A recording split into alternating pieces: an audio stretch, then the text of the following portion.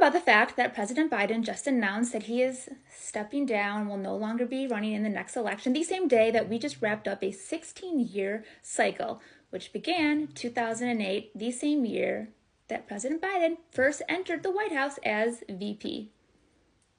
Is there more? Is there more? Let's look to the charts. Early this morning, we had the second of two back-to-back Capricorn full moons, something that is extremely rare. I want to stress to you how rare that is, and it's significant because of Capricorn's involvement in this rapid transformation we have all been undergoing individually and as a collective the last 16 years. And the reason why Capricorn has been involved in this rapid transformation is because of Pluto, which is the planet of subconscious death and rebirth, revelations, revealings, has been in Capricorn since 2008, bringing a ton of upheaval, revelations, revealings to everything really big in our life, from banking, government, business, but then also our own individual legacies. This full moon took place in a conjunction, meaning right on top of Pluto. So this was very much this wrapping up of a cycle, an extremely mutative energy, something I'm going to touch on a lot throughout this video, so bear with me. What we see here with President Biden's chart, we see that this full moon took place in his second house. The second house is that of values and resources. The moon there, so opposite that is the sun, which is in the 8th house. The 8th house is that of sex, death, and taxes. It's an extremely mutative energy. It's a natural ruler of Scorpio. It's all about shadow work. It's all about mutation. It's when one thing mutates and evolves into something else. So that right there, kind of tying in a theme, right? Something else here is President Biden is 81 years old. 81 is a 10th house year. The 10th house is that of career, public image, reputation, meaning that is going to be a focal point for this year, just as it was for, or has been for Trump, as the assassination attempt coincided with a very powerful aspect that took place in his 10th house, right on top of his midheaven. But back to Biden here. We can see now that this is going to be a focal point. His 10th house ruler, because his 10th house is Virgo, means Mercury is his lord of the year, the one that we follow for purposes of timing techniques. His Mercury is in his 12th house, that of the subconscious, that of this really mutated subconscious energy, in the sign of Scorpio, the natural ruler of the 8th house, which is this very powerful energy for depth and revealings, and signifying that anything involving Pluto could potentially be an activator, a trigger, or just something that coincides with this energy. As seemingly, this is kind of what seems to be playing out. On top of that, just a few days ago, transit Mercury formed a square to his natal Mercury. That represents kind of like a catalyst, some type of a conflict that activated something. So maybe behind the scenes, it was decided on that day and they waited a few days for it to bring it out to us. On top of that, we have Mercury in the sign of Leo, which is that of the gregarious leader. Leadership is always associated with Leo. And we can see that Leo is right on top of his Chiron. Chiron represents the wounded heel. The wound is where the light gets in. You want some more? How about this? Just a few days ago, we had Mercury enter its pre-retrograde shadow period. When the planet stations retrograde, it's not actually going backward, but it appears to be moving backward based on the optical illusion of how planets orbit.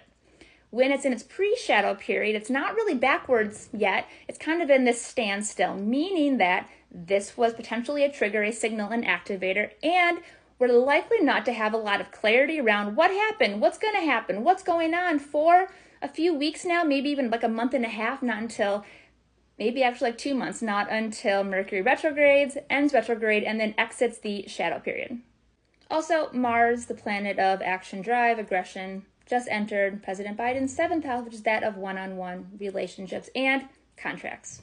Now when we throw President Biden's progress chart into the mix, so the very inner circle, that's his natal chart. The second circle is his progress chart, which represents an evolutionary cycle of his quantum codes. And then the outer is the current planet. So one thing that pops up to me right away is that we see his progressed Mercury is at 26 degrees of Capricorn, which when we look to the human design chart, you will see that falls within the energy of where this full moon is. But also 26 degrees forms what's called an in conjunction to 26 degrees of Leo, where Mercury currently is right now in its pre-retrograde shadow period. In conjunction represents, it's kind of like an awkward energy. It doesn't really know how to meet each other, but there's definitely this uncomfortable energy to it, which I'm assuming is probably relevant pertaining to what is currently transpiring. Something else is President Biden's progressed moon, which is like the background music of our life. It represents the hue and the glasses that we are wearing, viewing the world at 29 degrees of Aries. 29 degrees is a critical degree, and just as this full moon that we just had was at 29 degrees of Capricorn, that formed a square. That was a square, a very powerful catalytic moment. And on top of that, 29 degrees of Aries, that is the very end, but it's represented to kind of be the beginning. When somebody has their progressed moon in Aries, it tends to be this 2.5-year period of you are doing big things, you are leaping, you are doing all this stuff. Like me personally, when I had my progressed moon in Aries, I moved across country, I went on reality TV, I was just like, YOLO, throwing stuff at a wall, seeing what sticks, doing all of the things. But you know what happened? As soon as my progressed moon entered Taurus, which is the next sign, which is that of grounding stability, I started nesting. I suddenly could not relate to the version of myself that would just do these seemingly wild things. On top of that, this is very significant for President Biden because he has his natal moon at 0 degrees of Taurus, meaning that in just a little under a month, President Biden's progressed moon is going to merge with his natal moon, signifying this coming home, this whole new cycle for him, but it's definitely a coming home period to himself. So that's kind of beautiful. This right here is President Biden's human design chart. A few things I want to point out here. If you see right there, gate 3. Gate 3, that is the location of where his moon is. The moon that I just referenced, which is at 0 degrees of Taurus, the moon that is about to be conjoined with his progressed moon. He has that there, but he does not have it connecting to gate 60. Gate 60 is the gate of limitation, transcending limitation. That is the location of where we just had this full moon. On top of that, that is a location of where his progressed Mercury currently is, meaning that he has gate 3 on his own definition, but via the transits, via the activations, gate 60 is defined and activated, completing form the entire channel of mutation. This is an extremely powerful energy that bigs these dramatic shifts, these mutations for the individual and as the collective. As obviously we can see that is what seems to have taken place, a very powerful shift, a very powerful mutation to President Biden and then also for all of us. Something else, you can see up here, President Biden's throat center. It is not defined. However, he has a lot of hanging gates, meaning it is easy for him to have that defined by different people that he's around, as well as by different aspects, different transits. You see gate 8 right there.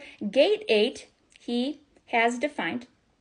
And that is where his challenge, his evolution is, and that is the energy where we just had the Uranus-Mars algal conjunction. So this represents he had this massive shift, this energy of surprise and shifts, and even like unfavorable events took place on the point of his challenge. You know what else took place right that same day? That was the assassination attempt of Donald Trump, which took place directly on his midheaven, which represents the highest point in his chart, the point of career, public image, reputation. So that on Donald Trump is the same thing as President Biden's point of evolution, which is an energy that somebody must balance out with that of their son. President Biden has his son in gate 14, which is that of power skills.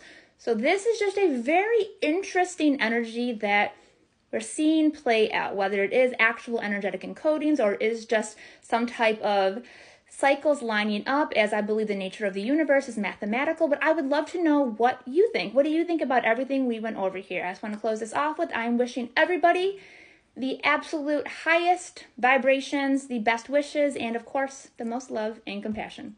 But I would love to know, what do you think? What do you think?